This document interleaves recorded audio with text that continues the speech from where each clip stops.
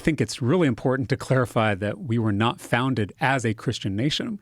We were founded as a nation where you are free to be a Christian or a Jew or a Muslim or a Sikh or a Buddhist or an atheist. I mean, that's the promise of America, is that we are this multicultural melting pot where no one is told how to pray and no religion is elevated over the others. It's also important to point out that it wasn't in the Pledge of Allegiance until communism was an issue in this country.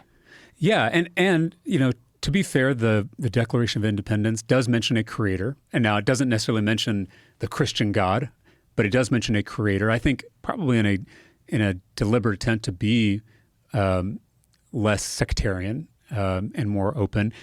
I mean, a lot of our founders, if we're being honest, some of them weren't religious at all, Thomas Paine, and then a lot of them weren't really what we would consider Christians today.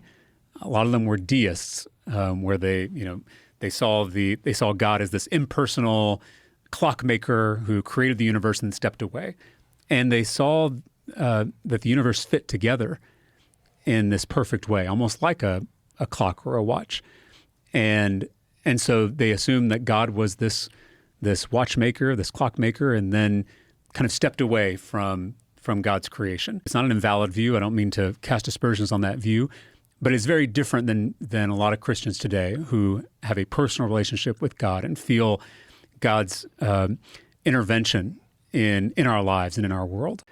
And so for Christian nationalists today to say, that our founders were these evangelical Protestant Christians is just not quite historically accurate.